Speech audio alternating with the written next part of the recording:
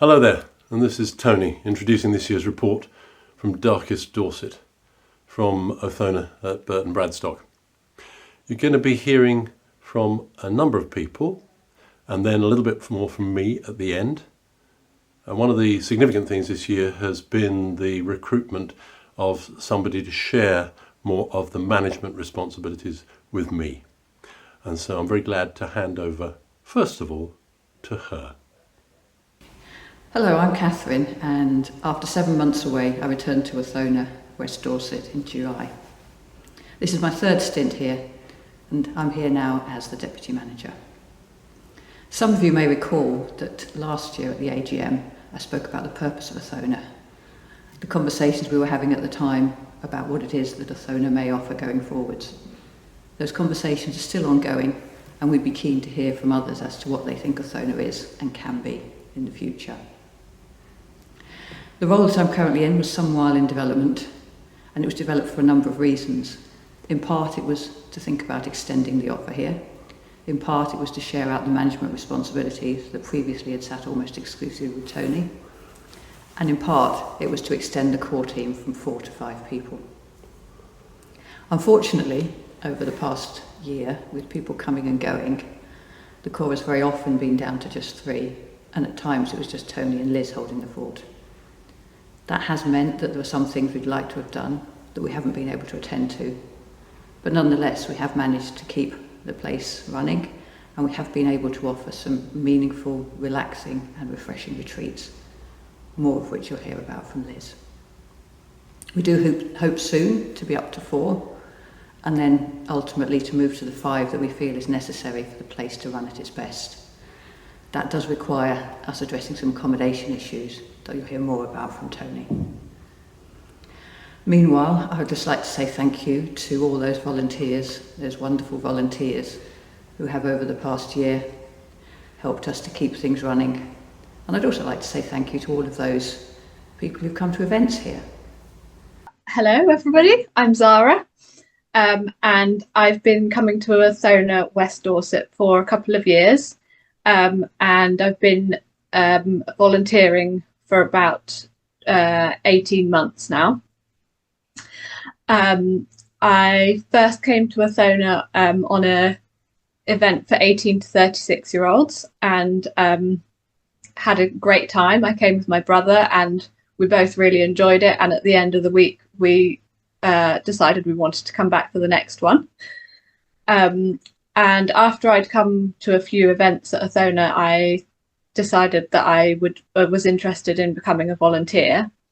I was quite worried about whether I could manage being a volunteer because I was recovering from several years of being very unwell, and didn't always have a lot of energy, and I was a bit worried about if I could manage it. But everyone at Othona was very encouraging and sort of willing to adapt the role to what I could manage, which I was very grateful for.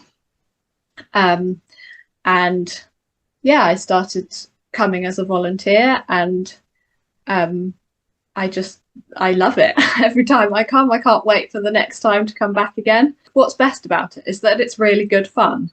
I always feel like I spend a lot of time laughing, but the other thing is also that when I'm at Othona, I feel really well. I feel more physically well than I do anywhere else, really. So I guess that's another reason why I love coming back, because I always feel great there. Hello, my name's Liz and I'm the office coordinator at Othona West Dorset, and I've been in that role for the last 5.5 years, having come as a visitor for many years before then. And I just wanted to say, make some brief comments about some of the events that we've had here at Othona West Dorset in the last year. Some of the ones that strike me, I guess. So we had one called Divine Dance, which was a brand new retreat based on the work by Richard Raw. And I think it really struck a chord. We had a lot of people who wanted to come on this retreat. I think Richard Raw seems to speak to many people today, helping many of us to make sense of faith, life, the universe. So that was one. And then we've had a couple of outside groups come here for the first time this year. Wind Serenades, a lovely group of people who came on like a summer music school with their wind instruments. None of them had ever been here before, and they loved it. And we really enjoyed having them, and we're hoping that they will come again this coming year, all being well. And also the regional Quakers came for the first time to hold their annual gathering, and that went really well too. So we're very much hoping that they will be a returning group to enjoy being with us. And then the other one that I wanted to mention was called Resilient Spirit, and this retreat arose out of a connection that Tony and Robin made when they went to the Corrymeela community last year and got friendly with Kieran Wimberley. Her husband leads the Corrymeela community, and Kieran came over and led this retreat for us. It's really good to have made that contact and to build up those connections, those wider connections with other groups. So I could go on, but I shan't, because just to give you a little flavour of some of the things that are happening here. Thank you. My name is Emma. I've been asked to talk about my experience as a regular visitor to Othona West Dorset. I've been coming now for 15 years, and over that time I've done a wide variety of events, open spaces, quiet weeks, various workshops. And what I've always appreciated is the whole experience of being part of a community where we're all treated as part of Othona and contribute to making whatever event work.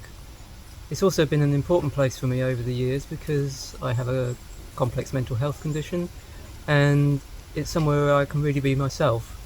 Everybody accepts what might happen, and that support has been a huge factor for me in my own recovery.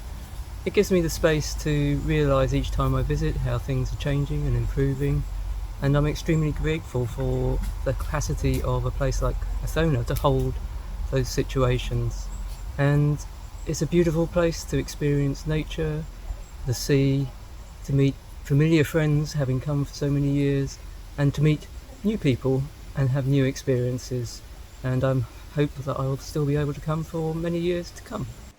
So it's thank you to Emma and Liz, to Zara and to Catherine. Catherine mentioned about our buildings issues, about accommodation.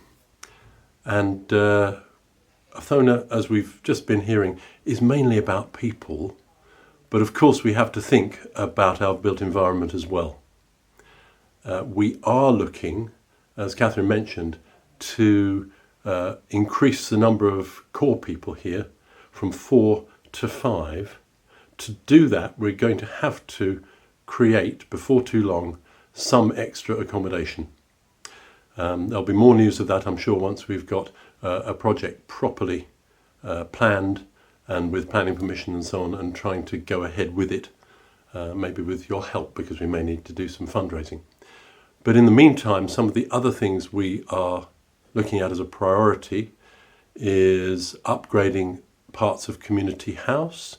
As I speak, we're about to recarpet a lot of the upstairs bedrooms, and we've got a definite ambition to upgrade the remaining toilets and bathrooms to the kind of standard of the new ones we put in just about 3 years ago now.